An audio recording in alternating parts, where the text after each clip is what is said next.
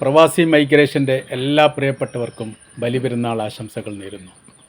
സൈന്യത്യാഗത്തിൻ്റെ ഓർമ്മ പുതുക്കുന്ന വളരെ പ്രധാനപ്പെട്ട ഒരു ദിവസമാണ് ബലിപെരുന്നാൾ എന്ന് പറയുന്നത്. മകനെ അറക്കാൻ വേണ്ടി പിതാവിനോട് ആവശ്യപ്പെട്ടു എന്ന് പറയുമ്പോൾ അതിൻ്റെ ത്യാഗം എത്രത്തോളം ഉണ്ട് എന്നുള്ളത് നമുക്ക് ആലോചിച്ചാൽ പോലും അത് അനന്തമായി നിൽക്കുന്നതാണ്. വിശ്വാസത്തിൻ്റെ ഏറ്റവും കാഠിന്യമായിരിക്കുന്ന പരീക്ഷണമായിരുന്നു അന്ന് ഇബ്രാഹിം നബിക്ക് നേരെ സിർട്ടാവിൻ്റെ ഭാഗത്തു നിന്നുണ്ടായിരിക്കുന്ന ഉത്തരവ്. അത് അദ്ദേഹം അനുസരിച്ചു എന്നുള്ളതാണ് ഇന്നത്തെ ദിവസത്തിൻ്റെ ഏറ്റവും വലിയ പ്രത്യേകത. പിന്നീട് ബലിപെരുന്നാളായിട്ട് അന്ന് വന്നു. ബലി അറക്കാൻ വേണ്ടിയിട്ട് മൃഗങ്ങളെ നൽകണമെന്നുള്ള നിയമം വന്നു. അങ്ങനെ നമുക്ക് മതപരമായിരിക്കുന്ന ആ രീതി കാര്യത്തെക്കുറിച്ച് അറിയാവുന്നതാണ്. നമുക്കറിയാം, ഇന്നത്തെ ആഘോഷം ലോകാടിസ്ഥാനത്തിൽ മുസ്ലിങ്ങൾ ഇന്നലെയും ഇന്നുമായിട്ടാണ് ആഘോഷിക്കുന്നത്. അപൂർവം ദിനങ്ങളിൽ മാത്രമേ ഒരുപക്ഷെ നാളെ ഉണ്ടാവൂ. പല മുസ്ലിം രാജ്യങ്ങളും പെരുന്നാൾ ആഘോഷിക്കുന്നില്ല. ആഘോഷം നടത്താൻ സാധിക്കാത്ത ഒരുപാട് മുസ്ലിം കുടുംബങ്ങളും വ്യക്തികളുണ്ട്. ഫലസ്തീനിലെ അവസ്ഥ നമുക്കറിയാം. വീട് പോലും ഇല്ലാത്തവരാണ് 95%.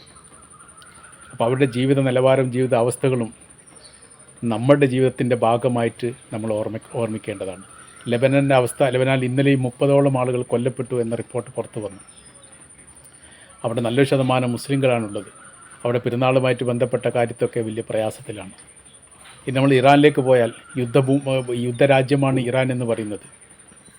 സംഭവശക്തമായിരിക്കുന്ന തിരിച്ചടികളൊക്കെ നൽകുന്നുണ്ടെങ്കിൽ പോലും അവിടുത്തെ മുസ്ലിങ്ങളെ സംബന്ധിച്ചിടത്തോളം അവർക്കുണ്ടായ പ്രയാസം ചെറുതല്ല, വലുതാണ്. നമ്മളെപ്പോലെ വളരെ സന്തോഷത്തോടു കൂടി ആഹ്ലാദവും ആമോദവും നടത്തേണ്ടവർ ഒരുപക്ഷെ നടത്താൻ സാധിക്കാത്തതിൻ്റെ പ്രയാസം ആ രാജ്യത്തിനുമുണ്ട്. തീർച്ചയായിട്ടും നമുക്ക് ചെയ്യാൻ കഴിയുന്നവർക്ക് വേണ്ടി പ്രാർത്ഥിക്കുക എന്നുള്ളതാണ്.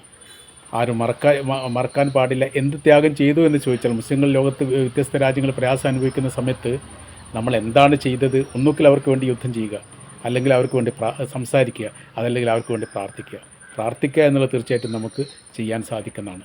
ഇന്നത്തെ ദിവസം അതുണ്ടാവണം എന്ന് ഓർമ്മിപ്പിക്കുകയാണ്.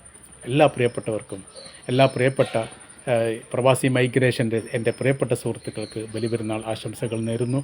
പ്രാർത്ഥിക്കുക എന്നുള്ളതാണ് ഇന്നത്തെ ദിവസത്തെ സന്ദേശം എന്നുകൂടി അറിയിക്കുകയാണ്.